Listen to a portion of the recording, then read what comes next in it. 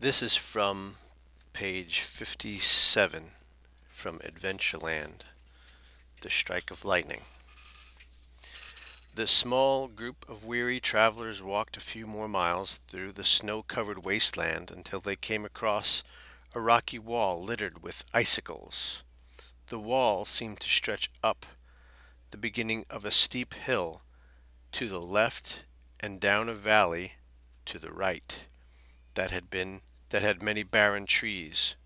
The trees appeared to be bending a bit toward the ground with the burden of snow which had accumulated on their leafless boughs. Thorny, snow-covered bushes carpeted the ground and greeted the lower boughs of the trees as if they were accepting their burden from their taller neighbors. Bear snarled at this new obstacle and wondered which way to go. In his heart he felt that their destination lay in the grim-looking valley.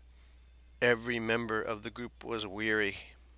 The thought of tramping through those bushes was not inviting. It was likely that the thorns would cause many a cut and scrape, especially since it was difficult to see them, as they were covered with snow. And the trees were bound to dump bucket loads of snow onto them as they went. Gray said, "Meow." He looked unhappy.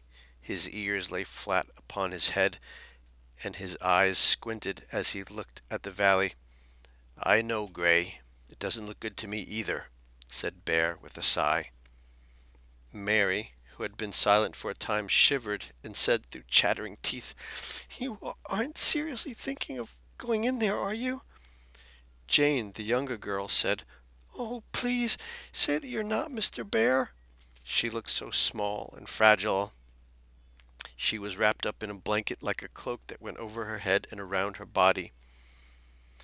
"I'm really not sure which direction to take. However, I can tell you that my senses tell me that the valley is the more likely choice here.